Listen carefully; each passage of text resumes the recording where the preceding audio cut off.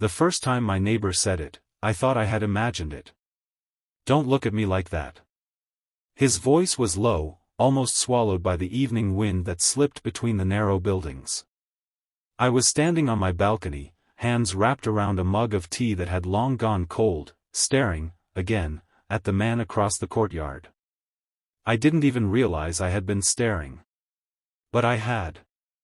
And I couldn't stop. It started a few weeks earlier, on a rainy Tuesday evening that felt heavier than usual. The kind of rain that doesn't just fall, it presses down on you. I had just moved into the apartment, carrying more than just boxes. A failed relationship. A lost job. A quiet, persistent feeling that my life had somehow slipped out of my control. That night, as I struggled with a broken window latch, I noticed him for the first time. He was standing on his balcony across from mine, not doing anything in particular, just standing there. Watching the rain. Watching the world. Watching nothing. Or maybe everything. There was something about him. Not his appearance, though he looked ordinary enough, mid-30s, slightly unshaven, always in plain clothes. It was the stillness. The way he carried silence like it belonged to him. And the way his eyes looked like they had seen too much. I remember thinking, that man understands something I don't. After that, I started noticing him more often.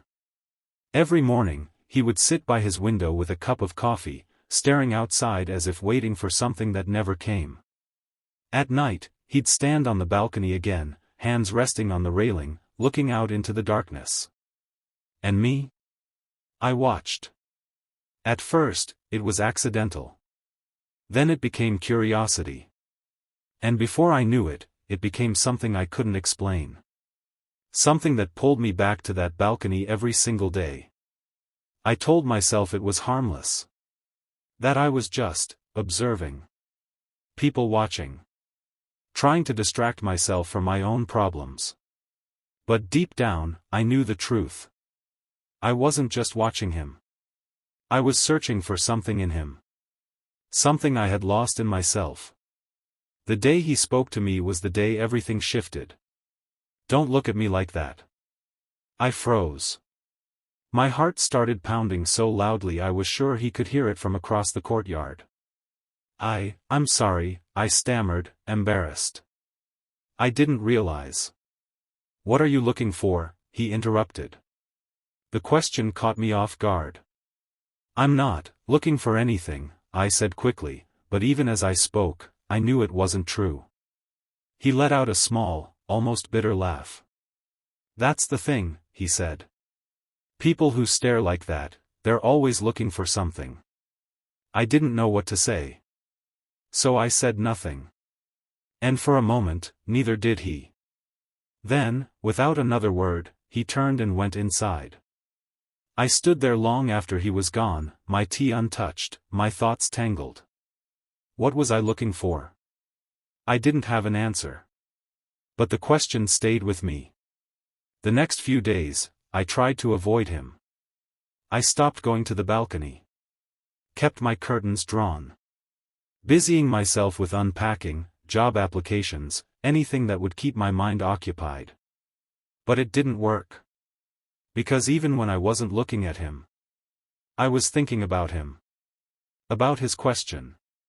About the way he had looked at me, like he could see straight through the walls I had built around myself.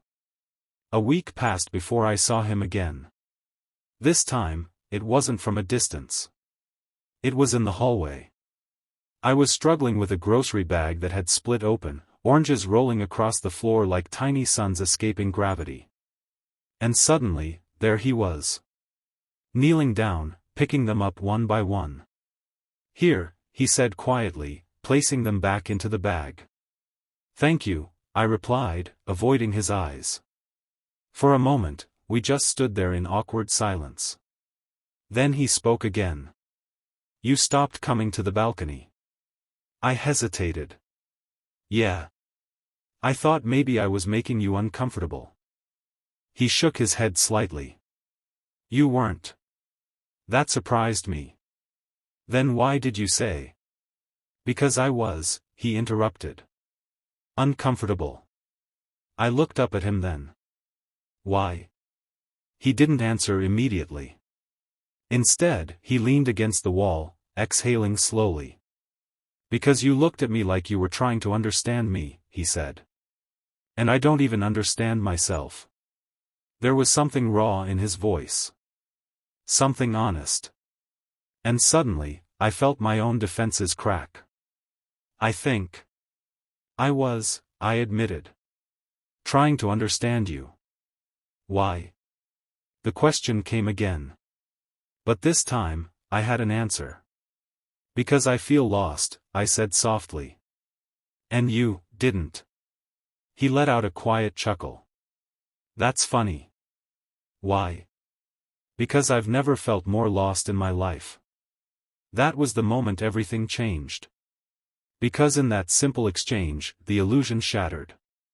He wasn't the calm, composed person I had imagined. He was just like me. Broken. Searching. Trying to make sense of things that didn't make sense. From that day on, we started talking. At first, it was small conversations in the hallway. Then longer ones on the balcony. Then hours spent sharing stories we hadn't told anyone else. His name was Ayan. He had lost his wife 2 years ago. An accident. Sudden. Unfair. And since then, he had been existing. Not living. Just existing. I don't know how to move forward, he confessed one night. It feels like if I do, I'm leaving her behind. I understood that feeling. In my own way. I think, moving forward doesn't mean forgetting, I said. Maybe it just means carrying them differently. He looked at me then, really looked at me. And for the first time, I realized something. He wasn't the only one being seen. I was too. Weeks turned into months. Slowly, we both started to change. He smiled more. Laughed, even. I started applying for jobs with a sense of hope instead of desperation. I opened my curtains again. Let the light in. And the balcony? It became our place. Not a space for silent observation anymore. But for connection. For healing. One evening, as the sun dipped below the horizon, painting the sky in shades of gold and pink, he turned to me and said, "You still look at me like that sometimes." I smiled. Like what? Like you're searching for something. I thought about it for a moment. Then I shook my head. No, I said gently. Not anymore. Then what are you looking at? I met his gaze, steady and sure.